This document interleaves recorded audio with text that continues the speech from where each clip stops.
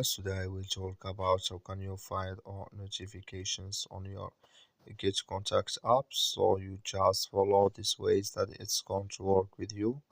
So all you have to do, so you just go down here, you click here on menu down here. When you just click here on menu, so then it's going to take you to this list here. It's going to show for you like this. So then all you have to do now, you just click here on notifications here, just click on it. So then it's going to take you to this list here. Then here it's going to show for you all notifications you have in this list here. So it's going to show for you here if you have any notifications. So to clear it, just go here above clear all.